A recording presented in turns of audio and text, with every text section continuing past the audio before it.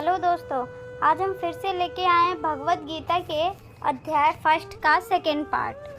संजय ने कहा, हे राजन, पांडुपुत्र द्वारा सेना की व्यूह रचना देखकर राजा दुर्योधन अपने गुरु के पास गया और उसने ये शब्द कहे। धृतराष्ट्र जन्म से अंधा था। दुर्भाग्यवश वह आध्यात्मिक दृष्टि से भी वंचित था। वह यह भी जानता था कि उसी के समान उसके पुत्र भी धर्म के मामले में अंधे हैं और उसे विश्वास था कि वे पांडवों के साथ कभी भी समझौता नहीं कर पाएंगे, क्योंकि पांचों पांडव जन्म से ही पवित्र थे। फिर भी उसे तीर्थ स्थान के प्रभाव के विषय में संदेह था। इसलिए संजय युद्ध भूमि की स्थिति के विषय में उसके प्रश्न के मंतव्य को समझ गया। अतः वह निराश राजा को प्रोत्साहित करना चाह रहा था।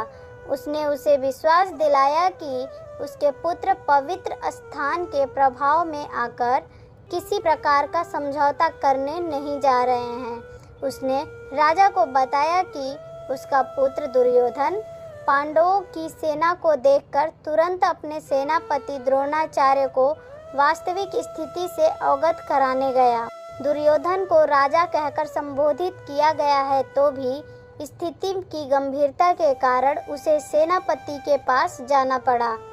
अतः दुर्योधन राजनीतिक बनने के लिए स्वतः उपयुक्त था, किंतु जब उसने पांडवों की व्यूह रचना देखी तो उसका यह कूटनीतिक व्यवहार उसके भय को छिपा न पाया। हे आचार्य, पांडु पुत्रों की विशाल सेना को देखे, जैसे आपके बुद्धिमान शिष्य द्रुपद के पुत्र में इतने कौशल से व्यवस्थित किया गया। परम राजनीतिक दुर्योधन महान ब्राह्मण सेनापति द्रोणाचार्य के दोषों को इंगित करना चाहता था। अर्जुन की पत्नी द्रौपदी पिता के राजा द्रौपद के साथ द्रोणाचार्य का कुछ राजनीतिक झगड़ा था। इस झगड़े के फलस्वरूप द्रुपद ने एक महान यज्ञ संपन्न किया, जिससे उसे एक ऐसा पुत्र प्राप्त होने का वरदान मिला जो द्रोणाचार्य का वध कर सके।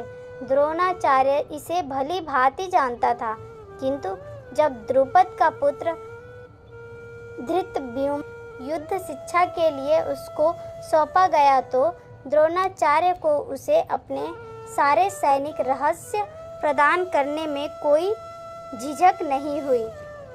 अब धृष्टद्युम्न कुरुक्षेत्र की युद्ध भूमि में पांडवों का पक्ष ले रहा था और उसने द्रोणाचार्य से जो कला सीखी थी, उसी के आधार पर उसने यह व्यूह रचना की थी कि दुर्योधन ने द्रोणाचार्य की इस दुर्बलता की ओर इंगित किया, जिससे वह युद्ध में सजग रहे और समझौता न करे।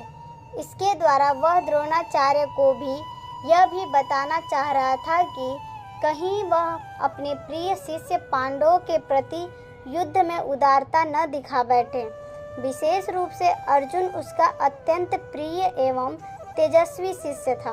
दुर्योधन ने यह भी चेतावनी दी कि युद्ध में इस प्रकार की उदारता से हार हो सकती है। यद्यपि युद्ध कला में द्रोणाचार्य की महान शक्ति के समझ धृष्टद्युम्न महत्वपूर्ण बाधक नहीं था, किंतु ऐसे अनेक योद्धा थे जिनसे भय था। दुर्योधन इन्हें विजय पथ में अत्यंत बाधक बताता था, क्योंकि इनमें से प्रत्येक योद्धा भीम तथा अर्जुन के समान दुर्जेय था। उसे भीम तथा अर्जुन के बल का ज्ञान था, इसलिए वह अन्यों की तुलना इन दोनों से करता है। तो दोस्तों, आज के लिए बस इतना ही। तो दोस्तों, मिलते हैं फिर एक नए अध्याय के नए पार्ट के साथ। अगर आपको ये वीडियो पसंद आई हो तो वीडियो को लाइक और चैनल को सब्सक्राइब जरूर करें। धन्यवाद।